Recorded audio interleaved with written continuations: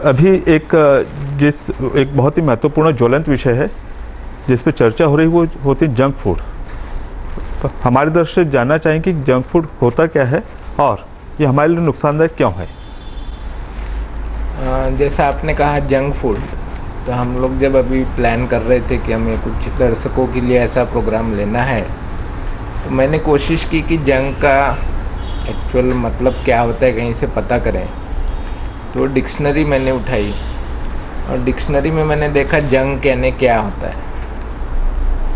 तो उसमें ये लिखा था जंक यानी जिस चीज़ को डिस्कार्ड कर दिया गया या नकार दिया गया। तो मेरे ख्याल से जंक फूड का सादा सा मतलब यही है कि नकारात्मक फूड, नकारा गया हो, जो शरीर के लिए नकारा गया है या जिसके लिए शरीर के, हमने जैसा कहा कि भोजन ज़रूरी है, तो जो भोजन शरीर के लिए नकारा साबित होगा वो मेरे ख्याल से जंक फूड कहलाएगा। वैसे कुछ लोग जंक फूड को अनसेफ फूड भी बोलते हैं, जो शरीर के लिए सुरक्षित नहीं है या शरीर के लिए असुरक्षित है, मतलब उसके खाने से शरीर में कुछ ना कुछ नुकसान होगा, उसको भी जंक फूड कुछ लोग मानते हैं। और तीसरा कुछ लोग कहना है कि जो मिस ब्रांडेड फूड है, मतलब भ्रामक, जिसके बारे में प्रचार किया जाता है, जिसके बारे में गलत प्रचार किया जाता है। जैसे आपको याद होगा बीच में आपने देखा होगा एक बिस्किट की एडवर्टाइजमेंट आती है, उसमें जी शब्द था। जी का मतलब उनका बोलना था ये था जीनियस, मतलब हमारा बिस्किट आप खाओगे तो आपका बच्चा जीनियस हो जाएगा। तो मुझे नहीं लगता ऐसा कोई अन्न या भोजन इस दुनिया में है जिसे खाने से बच्चा जीनियस हो जाएगा, और वो नहीं खाएगा तो बच्चा यदि जीनियस भी होगा तो वो बुद्धू हो जाएगा। तो ये सारे जो भ्रामक प्रचार हैं खाने के बारे में, इसको भी जंक फूड हम कह सकते हैं। और मेरा सभी दर्शकों से, सभी पालकों से यही निवेदन है कि अपने दिमाग में कहीं ये बात ना बिठा लें, एडवर्ट खासकर विज्ञापन देख के, कि ये फूड या ये भोजन या ये खाना मेरा बच्चा यदि खाएगा तो वो बहुत कुछ स्पेशल हेल्थ उसको मिलेगी, या जीनियस हो जाएगा, या आइंस्टाइन हो जाएगा, या फिर भारत का या अमेरिका का प्राइम मिनिस्टर हो या प्रेसिडेंट हो जाएगा। तो ये खाने में इससे नहीं होगा। उल्टे खाना यदि सही नहीं है, जैसे हम बात कर रहे हैं जंक फूड की, तो उससे शरीर को नुकसान हो सकता है। दूसरी जो जंक फूड के बारे में हम लोग बात करते हैं कि जंक फूड होता क्या है, तो जंक फूड के बारे में 3 चीज़ें हैं।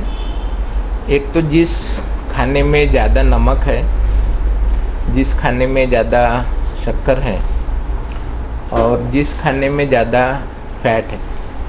ज़्यादा फैट से ज़्यादा मैं बोलूँगा कि ट्रांस फैटी एसिड हम बोलते हैं। अब हमें ये तीनों चीज़ें समझ लेनी है। ज़्यादा नमक, किसी भी बच्चे को आप देखोगे कई बार उसको नमक भी दे दो, सूखा नमक भी दे दो, तो उसको पसंद आता है। कई माताएं हमको बोलती कि डॉक्टर साहब तो सूखा नमक ही खाते रहता है। तो नमक बच्चों को हमेशा अच्छा लगता है, वो इसी तरह बच्चों को शक्कर हमेशा अच्छी लगती है। तो आप ज़्यादा शक्कर डाल दोगे तो भी वो जंक फूड कहलाता है।